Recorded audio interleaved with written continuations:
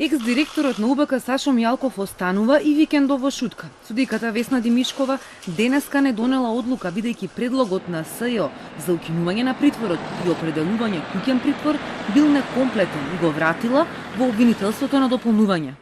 Од страна на судија на претходна постапка е утврдено дека истиот не е комплетен и е вратен на доуредување кај надлежниот обвинител, а по добиен уреден предлог судот веднаш ќе донесе решение. Понеделник е последен ден од 30-дневниот притвор за Мјалков, до кога треба да има и одлука дали новогодишната ноќ ќе ја мине во затворот или дома. Според информациите на Телма, освен домашен притвор, од обвинителството на Јанева предложиле и мерки: забрана за Мјалков да комуницира со лица и забрана за користење на средства за комуникација. По Пладнево од чутка по речиси 2 месеца излегоа и Кирил Божиновски и Милијана Киевски, обвинети во Титаник, но и Зорица Арсовска, Нинат Јосифовиќ и Тодор Мирчевски осомничени во Империја. Откако одлуките на Скопска апелација пристигнаа во затворот, со полициски комбиња по Пладнево беа однесени во нивните домови.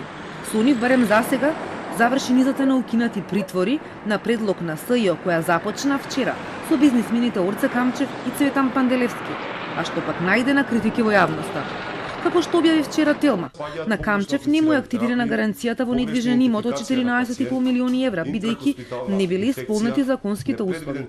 Мјалков пак нудеше имот од 1 милион евра, но за тоа немало мислење од СЈО.